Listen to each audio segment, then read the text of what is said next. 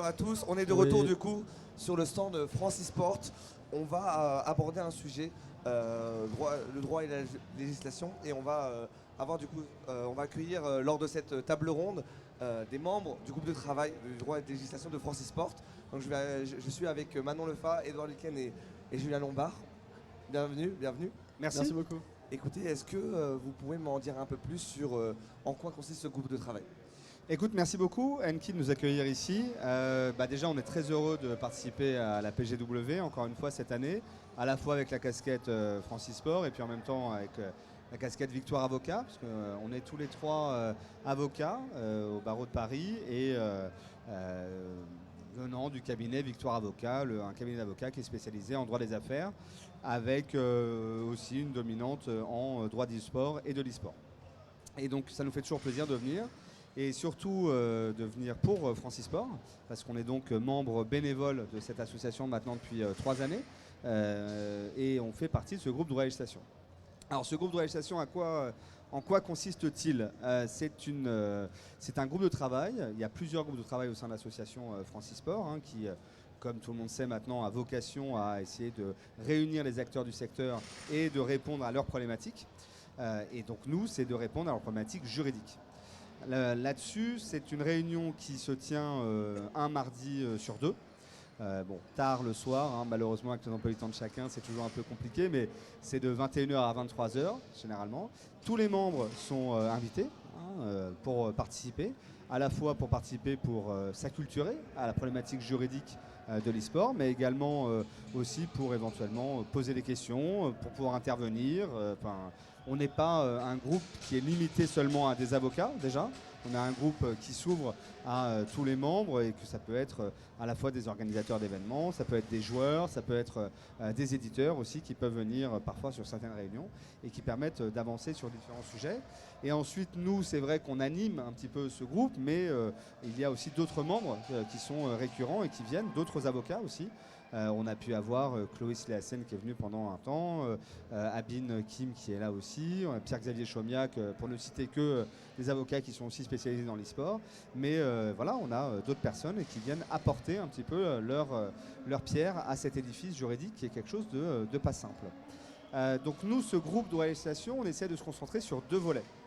Il y a un volet institutionnel. Le volet institutionnel, c'est en vérité d'essayer de faire avancer de manière plus globale et une vision souvent moyen ou long terme des sujets institutionnels de l'e-sport. Alors là, cette année, on a eu quand même de très très bonnes nouvelles au niveau institutionnel et c'est en partie grâce à Francisport et à tout le monde qui participe non seulement au groupe de droit et législation, mais également à l'association de manière générale. Et donc, que ça soit Marie-Lou, Samy, Stéphane, Christine, Désiré, bien entendu. Et donc, voilà, c'est pas juste le groupe de législation, mais simplement, c'était en effet un sujet qui était traité et qui sont donc notamment la TVA à 5,5 qui est sur le point d'être passée, donc on n'y est pas encore, mais a priori vu que Bruno Le Maire est passé hier matin sur le stand de Francisport qui était quand même assez chouette, l'annonce est plutôt pas loin. C'est plutôt une bonne nouvelle, je pense, notamment pour les équipes e-sport. Ouais, tout à fait, et c'était un sujet qui était récurrent que nous on traitait dès notre arrivée avec Manon et Edouard il y a 3 ans. C'était déjà un sujet, la TVA à 5,5, comment la faire passer. Voilà, on avait beaucoup. Tu m'as volé les mots de la douche, j'allais demander comment vous faites passer des lois justement. Alors, auprès de... là pour le coup, nous on travaille en support pour le coup de travail de droit et législation, et c'est là où on va revenir plus en détail sur ce qu'on a pu faire, mais tu vois typiquement sur cette partie institutionnelle, ça fait partie de notre travail. Je vais laisser ensuite Manon et Edouard développer un peu là-dessus, mais juste pour te donner les 2 grandes lignes, les 2 grands aspects, c'est la partie donc institutionnelle, typiquement la TVA à 5,5 ou le passeport talent, et la partie aussi conseil de Francisport. Pourquoi? Parce que Francisport est une association et a également elle-même des problématiques juridiques. Et le groupe de droit et législation, encore une fois pas seulement nous, mais les membres du groupe, viennent aider et conseiller des problématiques qui peuvent être posées. Okay, donc c'est à ce moment-là, je te propose que Edouard prenne un petit peu la partie institutionnelle justement et te donne un peu plus de détails là-dessus. Oui, tout à fait. Merci beaucoup, Julien, pour cette introduction. Sur la partie institutionnelle, je pense qu'en fait, ce qui est le plus important, c'est de réaliser à quel point l'e-sport a vraiment une place particulière, exceptionnelle dans le paysage économique français et surtout par rapport à ce secteur des médias, du divertissement. souvent en fait, assez vite, on a la tentation de se dire bon bah, il y a tellement de réglementations juridiques qui existent déjà dans le sport, dans les médias, plus récemment chez les influenceurs. Pourquoi ne pas récupérer ces réglementations et puis faire rentrer l'e-sport dans ces cases, un petit peu manu militari. Et puis en fait, parfois c'est une très bonne idée. Vous en avez parlé par exemple par rapport à la TVA. Le fait d'aligner la TVA des billets des manifestations e-sportives à 5,5 sur donc le taux qui était déjà applicable aux manifestations sportives et culturelles, ça a super bien fonctionné, ça va bien fonctionner. Ça c'est quelque chose qu'on a réussi à mener grâce à l'initiative, quand même, faut le rappeler, le saluer, Denis Masseglia qui a fait un travail dantesque à ce sujet-là. Et nous, en tout cas, au sein du groupe Droit Législation, justement, l'idée, ça a été de réunir, de faire des débats, d'échanger avec les parties prenantes du secteur, récupérer un petit peu les doléances de chaque partie et de condenser tout ça, de les étudier, d'en faire des propositions très concrètes. Du coup, d'un point de vue juridique, ça a été la réalisation de notes juridiques qu'on a proposées derrière au gouvernement et puis au public de façon générale. Et c'est quelque chose qui a pu être passé sur ce terrain-là, alors forcément avec l'acharnement et le travail vraiment de Denis Masseglia. Mais donc voilà, c'est ça le rôle aussi du groupe Droit Législation, c'est finalement d'interroger, de récupérer les doléances, ce genre de choses. Donc là, ça a très bien fonctionné, par exemple, le fait de calquer le régime sportif au régime e-sportif. Vous êtes appuyé justement des modèles qui ont déjà existé pour pouvoir soutenir... Exactement, parce qu'en fait, c'est ça, on se dit, on va pas réinventer la roue, quoi. Sauf que, on a vu, il y a d'autres exemples qui montrent que, en fait, il y a aussi un écueil qui est extrêmement important, c'est le fait de se dire, bon, ça fonctionne bien, on va tout faire pareil. Et en fait, on a vu récemment avec le CDD e-sportif, donc qui a été créé par la loi pour une république numérique de 2016, qui en fait est inspiré très largement du CDD spécifique aux sportifs, tel qu'il ressort du code du travail, du code du sport, pardon. Il y a eu cette tentation de le faire, et puis finalement aujourd'hui on constate que ça peine à fonctionner véritablement pour différentes raisons, et j'ai pas envie de rentrer trop dans le détail puisque je crois que vous en parlerez tout à l'heure avec Stéphane et toi et Julien. Mais donc voilà, il y a quand même ces écueils là. Et du coup, une fois qu'on fait ce constat, on se dit bon parfois ça fonctionne pas, qu'est-ce qu'il faut faire? Et tout simplement, il faut réfléchir ensemble, réunir les acteurs du milieu, récupérer leur avis et puis condenser tout ça. Et donc par exemple, il y a eu récemment des sujets qui a été assez intéressants, par exemple sur le passeport talent. C'est vraiment... ça a été un élargissement d'un régime qui existait déjà, mais pas forcément que spécifique au sport, et essayer de voir si ça fonctionnait, et ce qui permet aujourd'hui à des e-sportifs de renommée internationale de pouvoir venir en France beaucoup plus facilement. Et ça, c'est encore une fois quelque chose qui a été possible, ou en tout cas sur lequel le groupe Droit Législation est intervenu. Stéphane nous avait notamment alerté sur ces sujets, et du coup, voilà, on en avait beaucoup parlé ensemble. Et le constat, il est très simple, c'est juste de se dire, manifestement, les joueurs, eux, ils étaient handicapés parce que les joueurs à l'échelle internationale ne pouvaient parfois pas venir en France. Les clubs eux-mêmes étaient handicapés également puisque parfois ils n'arrivaient pas à faire venir leur roster au complet aux compétitions. Et les organisateurs de compétitions étaient assez peinés de voir que certains clubs devaient se désister. Donc il y avait un énorme consensus en fait. Et c'est le rôle du groupe Droit Législation de repérer ce genre de consensus et puis de faire avancer les choses. Et donc finalement, petit à petit, on voit que grâce à ces différentes avancées, les politiques publiques sont en train d'évoluer. Il y a des objectifs qui sont très ambitieux, avec le fameux objectif France leader européen de l'e-sport en 2025.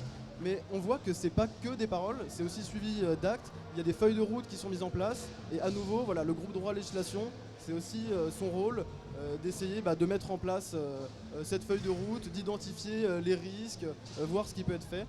Et donc voilà, différentes notes juridiques encore avaient été faites. Voilà, donc ça c'est pour le volet institutionnel.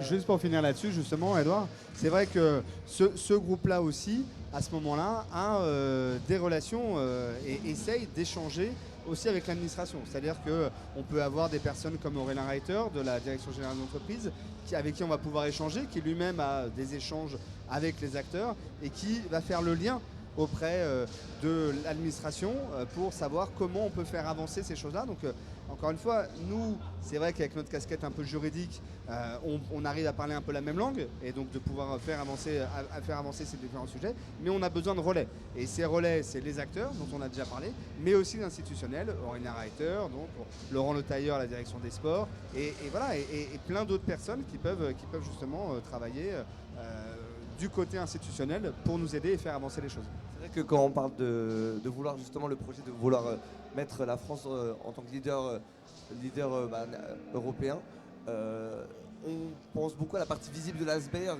où on voit en fonction de tout ce qui est la visibilité, la popularisation, mais on ne pense pas assez à cette zone d'ombre, justement comment légaliser tout ça, comment fédérer des lois autour des passeports, même des événements. Et Totalement. c'est là où justement vous jouez un rôle important et même Francisport aussi globalement. Ouais, totalement. En fait, il y a un besoin de régulation qui est fort.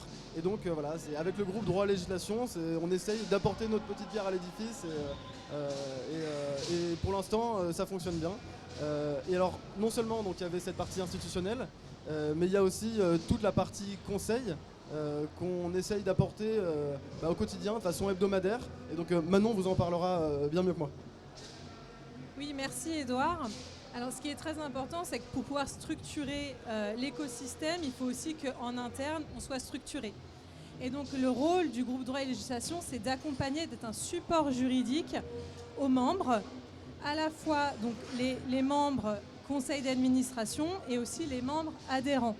Donc nous, dans le groupe Droit et Législation, tout ce qui est le conseil d'administration, on va travailler sur la structuration en interne.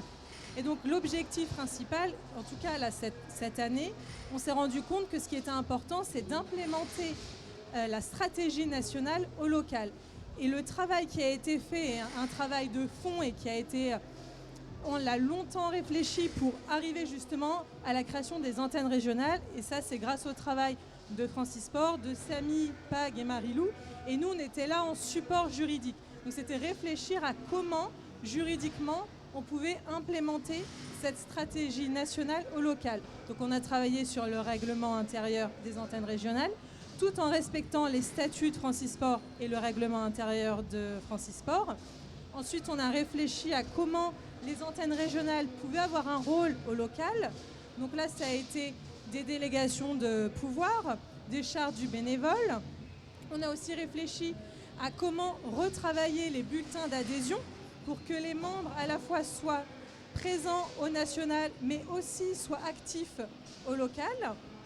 Donc il y a tous ces éléments-là qui étaient très importants, mais nous, on était vraiment, c'est ce support juridique, puisqu'on a ce bagage, certes avocat, mais on est aussi entouré de juristes, avec une réflexion que, en pratique, on n'a pas forcément. Nous, notre rôle, c'était de retranscrire juridiquement ce qui pouvait être fait en pratique. Donc ça, c'était vraiment la partie gouvernance. Donc il y a les antennes régionales, mais il y a bien d'autres sujets, notamment des réflexions sur la gouvernance passée, actuelle et présente. Est-ce que la gouvernance actuelle est adaptée au secteur? Qu'est-ce qui peut être fait pour le futur? Des réflexions auxquelles le groupe participe. Et on a aussi, vis-à-vis des membres, Francisport est aussi là pour accompagner ses membres, répondre à leurs problématiques de manière... en grande ligne, les grands principes. Et nous, le groupe Droit et Législation, on essaie dans la mesure du possible de les accompagner, à la fois de leur expliquer en pratique comment appliquer le guide de l'utilisateur quand ils participent ou qu'ils organisent des compétitions, les problématiques de cash price, de comment traiter les mineurs. On peut avoir les subventions aussi, on a vraiment des sujets de subventions, de fiscalité, mais dans les grandes lignes. Et évidemment, Francisport n'étant pas un conseil juridique, n'étant pas un avocat, on n'hésite pas à renvoyer les membres à des conseils juridiques. Il y a des avocats très compétents dans ce domaine quand c'est des sujets beaucoup plus spécifiques qui nécessitent une analyse plus approfondie. Et actuellement, dans le groupe de travail, vous pouvez compter combien de membres bénévoles Aujourd'hui, combien on a de bénévoles dans le groupe? Voilà, dans le groupe Francisport. De manière... Ça demande beaucoup de travail. Ouais, alors ça demande beaucoup de travail. On va dire que de manière récurrente, on est généralement presque une dizaine à être toutes les 2 semaines présents sur le groupe. Après, il y a des moments où les gens sont plus ou moins disponibles, etc. Pareil, au niveau de la typologie des personnes, ça peut être des membres qui vont avoir un bagage de juriste, d'autres qui vont être des avocats, d'autres qui vont justement apporter leur expertise en tant qu'acteurs. Et donc voilà. Donc c'est des choses qui tournent. Après, c'est un peu l'invitation qu'on a aujourd'hui, et c'est un petit peu aussi l'objet de notre présence là pour présenter ce groupe. C'est vraiment d'inviter les membres à venir sur le groupe, soit pour porter, soit pour s'acculturer, comme je disais au début, mais aussi pour éventuellement porter un projet. C'est-à-dire que si quelqu'un a un projet en disant moi j'aimerais travailler sur tel ou tel sujet et le faire développer sur la partie juridique, et que ça soit grosso modo porté par Francis Sport, parce que ça aura forcément un poids plus important. On doit reconnaître que depuis quelques années, Francis Sport est quand même devenu un référent incontournable au niveau de la partie réglementation, de la partie législation. Et donc c'est sûr que ça peut être plus intéressant pour un acteur de dire moi c'est un sujet qui m'intéresse, sur lequel j'ai déjà un peu bossé et que j'aimerais faire porter par l'association, le garder pour pouvoir le mener et continuer à le mener, mais avoir peut-être des ressources comme nous d'ailleurs, comme le groupe qui pourrait être en support de cette personne-là, et la personne le ferait au sein du groupe pour pouvoir le développer. Voilà, donc c'est un appel aussi pour ceux qui s'intéressent. Non, et ce qui est important aussi de dire, c'est que si les membres qui, eux, sont en local, sur le terrain, ne participent pas, ne nous remontent pas les problématiques, nous, derrière le groupe droit et législation, on peut difficilement y répondre. Et c'est plus compliqué de faire évoluer aussi le secteur et vraiment d'aller dans du positif pour l'économie du e-sport. Et c'est ça qui est important, c'est aussi d'appeler les membres à participer à ces groupes. D'où la structuration d'abord en interne avant. Les deux, d'où la double casquette. Oui, c'est ça. La casquette institutionnelle qui est fondamentale et ce qui est parfois un peu visible par les adhérents mais les non-adhérents de Francis Sport. Beaucoup de gens disent oui, on a l'impression que Francis Sport sert à rien. Cette année, je pense qu'elle a été la preuve définitive que c'est pas le cas, vu les grosses avancées et l'impact que ça va avoir sur le secteur. Mais donc il y a cette casquette institutionnelle qui est importante, et donc la casquette aussi de conseil au sein de l'association pour que l'association se développe elle-même et devienne aussi plus forte. Écoutez, merci beaucoup pour cette présentation de votre travail. Je pense qu'on en a appris un peu plus sur votre rôle que vous jouez, en tout cas lié à Francis Sport. Est-ce qu'on avait quelques détails à rajouter? Non, très bien, merci. On a une deuxième partie aussi intéressante. On a une autre partie juridique qui arrive. Voilà, une partie un peu plus précise, un peu plus détaillée. Exactement. Qui peut-être va parler un peu plus aux jeunes, parce que joueur e-sport, c'est quand même ça touche plus les jeunes. Et voilà. Alors, on est jeunes aussi. Oui, bien sûr. Merci beaucoup, Enki. Merci beaucoup, Manon. Merci beaucoup, Edouard. Merci.